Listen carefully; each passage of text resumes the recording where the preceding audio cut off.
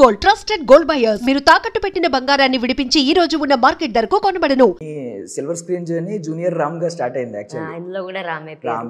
ఏంటి అసలు అప్పుడు చూస్తున్నావు కదా, బికాస్ నువ్వు ఇప్పుడు మనోడు చేసినట్టు ఎవరు చేయలేదండి, పెద్ద పెద్ద సీనియర్లు కూడా. మనోడు టీవీ షోస్ చేశాడు, సీరియల్ చేశాడు, సినిమాలు చేశాడు, ఓటీటీ చేశాడు. అసలు ఆ ఏజ్కి టీనేజ్లో ఇప్పుడు అడుగు పెట్టాడు. జస్ట్ టీనేజ్లో అడుగు పెట్టినోడు ఇన్ని చేశాడంటే అసలు రియల్లీ గాడ్ గిఫ్టెడ్ చైల్డ్. మేము ఉంటుంది కదా అదేదో, వాళ్ళ పేరెంట్స్కి గాడ్ గిఫ్టెడ్ చైల్డ్.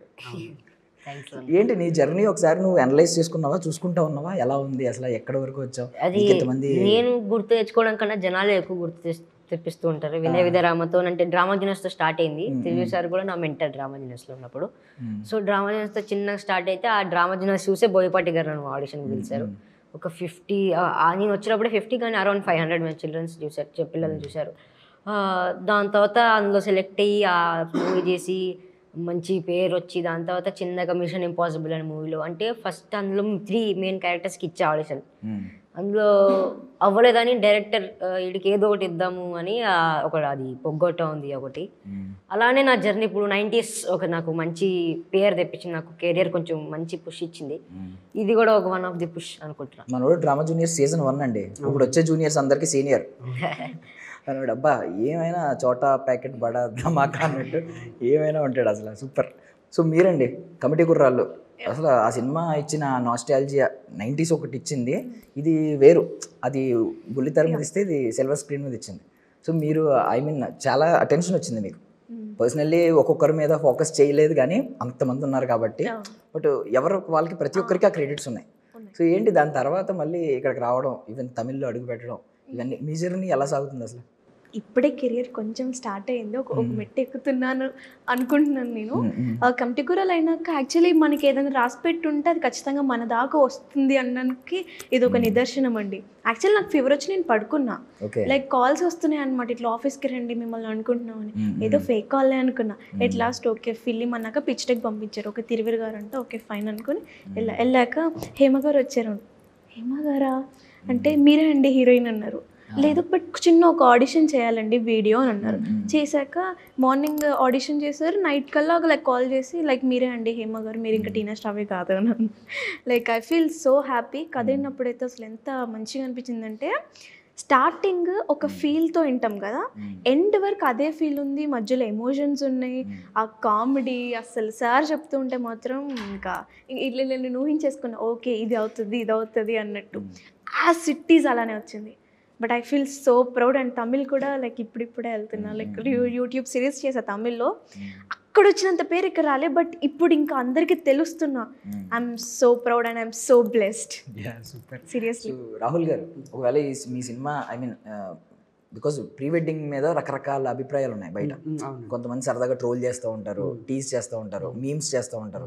బట్ కొంతమంది ఏంటంటే ఈవెన్ మనం సెలబ్రిటీస్ లాంటి వాళ్ళని ముందు చూసాం అనుకోండి, లైక్ విరాట్ కోహ్లీ, అనుష్క ఇలాంటి పేర్లు చూసినప్పుడు అబ్బా మాది ఇష్టే తగిలేలా ఉంది అంటే దాన్ని అడ్మైర్ చేసే వాళ్ళు ఉన్నారు, అడోర్ చేసే వాళ్ళు ఉన్నారు, ఒక పక్క ట్రోల్ చేసే వాళ్ళు కూడా ఉన్నారు. మరి మన సినిమా ఏంటి, ఎవరికి ఎక్కువ క్యాటర్ చేద్దామని, ఏ సైడ్ ఎక్కువ చూపిద్దామని అనుకుంటున్నారు?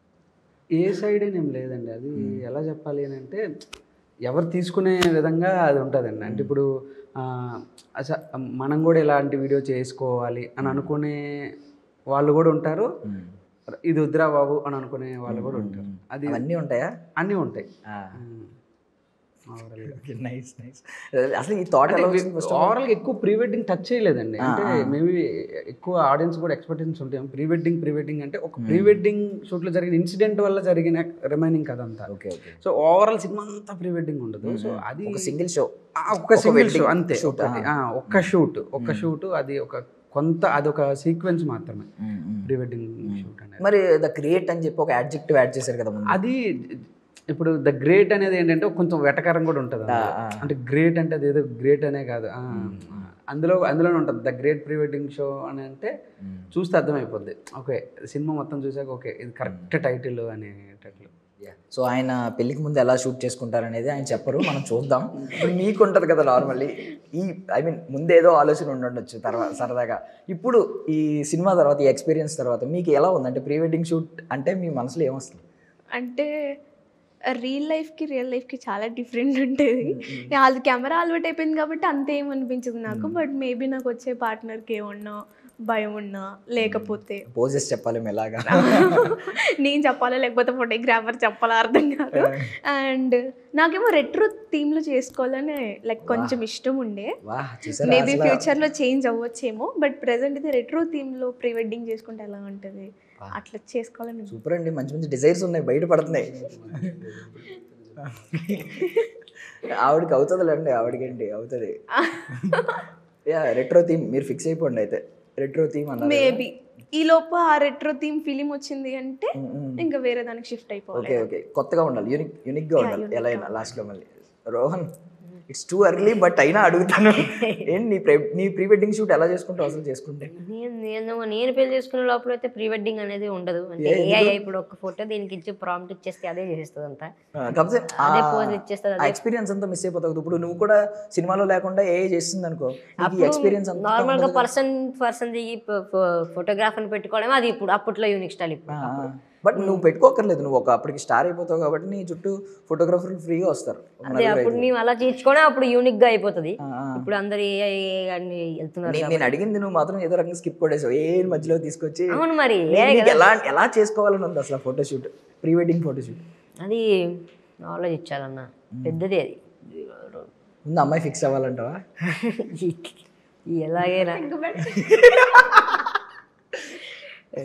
చూద్దాం, పార్ట్నర్ తగ్గట్టు. పార్ట్నర్కి తగ్గట్టు తను కంఫర్టబుల్ ఉంటే లేదు, లేదంటే మైండ్లో ఒకరే ఉన్నారా ఎక్కువ మంది ఉన్నారా? అది ఒక 7 years ఆగిన తర్వాత తెలుస్తుంది. 7 years పైన ఇంకా ఒక 10 years. 10 years నువ్వు 7 years అంటే కొడతారు ఇంట్లో. 7 years ఎర్లీ 20s లో ఉంటావు. ఇప్పుడు 7 కాకుండా ఇంకా ఎక్కువ. 7 కాదు, ఇందాక అడిగాను, మీ మదర్ని అడిగాను, మినిమం 20 years అంట. మా మమ్మీనా? మా మమ్మీ అక్కడ ఇంట్లో ఫోన్ చేసి అడిగాను, అది ప్రీ వెడ్డింగ్ గురించి క్వశ్చన్ అడుగుతాం అనుకుంటున్నాను. అంటే 20 years వరకు వాడికి చేయమండి. మా మమ్మీ ఇష్టం అది, ఇంకా నాకు సంబంధం లేదు దాంతో. సో సరదాగా ఐ మీన్ మనం సెలబ్రిటీ కపుల్స్ని కొంతమందిని చూసాం. సో వాళ్ళ గురించి మీ ఇమేజ్ ఏంటి, అంటే వాళ్ళని చూసినప్పుడు మీకు కలిగిన ఫీలింగ్ ఏంటి? బికాజ్ ద గ్రేట్ అని చెప్పి ఒక యాడ్జెక్టివ్ యాడ్ చేశారు కాబట్టి మీరు ఎక్స్ప్రెస్ చేయండి వాళ్ళని. ఐ మీన్ వాళ్ళ కపుల్ని చూసినప్పుడు మీకు ఏమనిపిస్తుంది? యూ కెన్, అంటే మీరు తెలుగులో చెప్పొచ్చు, ఇంగ్లీష్లో చెప్పొచ్చు, హిందీలో చెప్పొచ్చు, నాకు అర్థం కాదు, బట్ పర్లేదు, ఆడియన్స్కి అర్థం అవుతుంది. చెప్తాను కపుల్స్ పేర్లు. సో ఫస్ట్ సినిమాల నుంచి వద్దాం. ముందు ఈయన సీనియర్ వర్షన్ గురించి మాట్లాడుతున్నాను. రామ్ చరణ్ గారు, ఉపాసన గారు కపుల్ని చూస్తే, బికాజ్ ఎవరైతే లవ్ మ్యారేజెస్ చేసుకున్నారో వాళ్ళనే నేను స్పెసిఫిక్గా చెప్తున్నాను. రామ్ చరణ్ గారు, ఉపాసన గారు కపుల్ని చూసినప్పుడు ఆ మ్యారేజ్లో కానీ తర్వాత కానీ ఏమనిపిస్తుంది?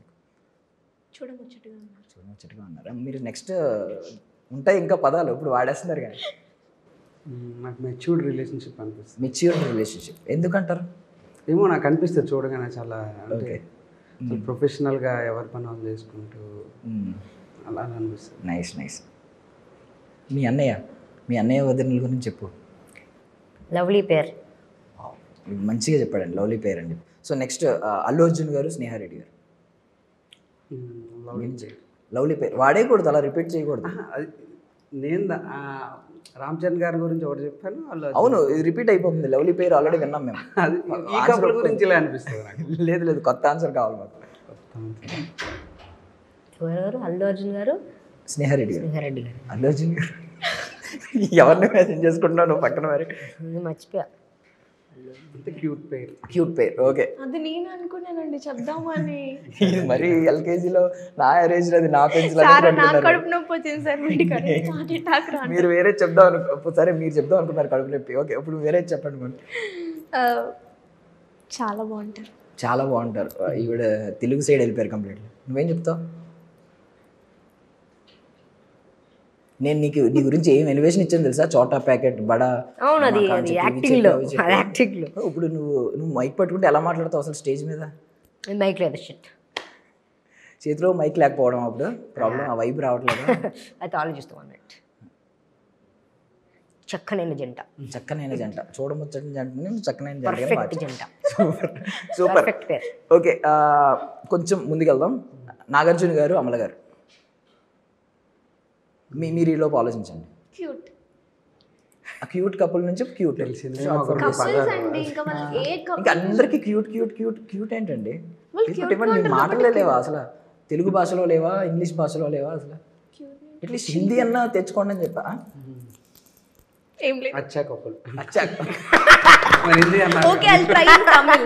అచ్చా కప్ చెప్పండి తమిళ చెప్పండి. నల్ల కపుల్. ఇంకా మరీ క్రింజ్ ఇది. మరి నల్ల కప్పులు అరే నువ్వు కన్నడలో కన్నడ చెప్పనా రాదు నీకు నచ్చింది చెప్తే అదే కన్నడ. ಎಲ್ಲಾರು ಎಂದೇ ಇದು ಮಲಯಾಳಂలో చెప్పు ಎಲ್ಲ కప్పులు ఎందే ఇద్దరు కప్పులు ఎందే ముచ్చడి పేరిందే. సర్లే సర్లే. ఓ ఏఐ కలిపిన జంట గురించి మాట్లాడుకుందాం. ఏఐ కలిపిన జంట ఫోటోలు వచ్చినాయి. ఏఐ కలిపేసి ఫోటోలు వచ్చినాయి. అందరూ వావ్ నిజమా నిజమా అని షాక్ అయిన సందర్భం కూడా ఉంది. ప్రభాస్ గారు అనుష్క గారు ఫోటోలు చూసాం మనం. అవి చూసారు పర్ఫెక్ట్ పేర్. ఆ ఫోటోస్. పర్ఫెక్ట్. అదొక డ్రీమ్ పేర్ యాక్చువల్లీ. డ్రీమ్ పేర్ అంతే కాపీ కొట్టేశారు. లేదు అది చెప్దామని ఇప్పుడు ఇలా ఆలోచిస్తున్నాను. మీరు నేను అడుగుతా చెప్తారా? ఎందుకంటే అది అందరి మైండ్ అదే ఉంది. రోహన్ ఇంకెవరన్నా పేరు చెప్తావా? మిమ్మల్ని అడిగితే నోబితా షుజుకా. మీరు కార్టూన్స్ చూస్తారు. అది ఒక ఫ్యాంటసీ పేరు లిటరల్లీ. నేను నోబితా అనుకుంటే నేను సిజుకా కోసం వెతుక్కుంటూ ఉంటాను. Okay very good thank you.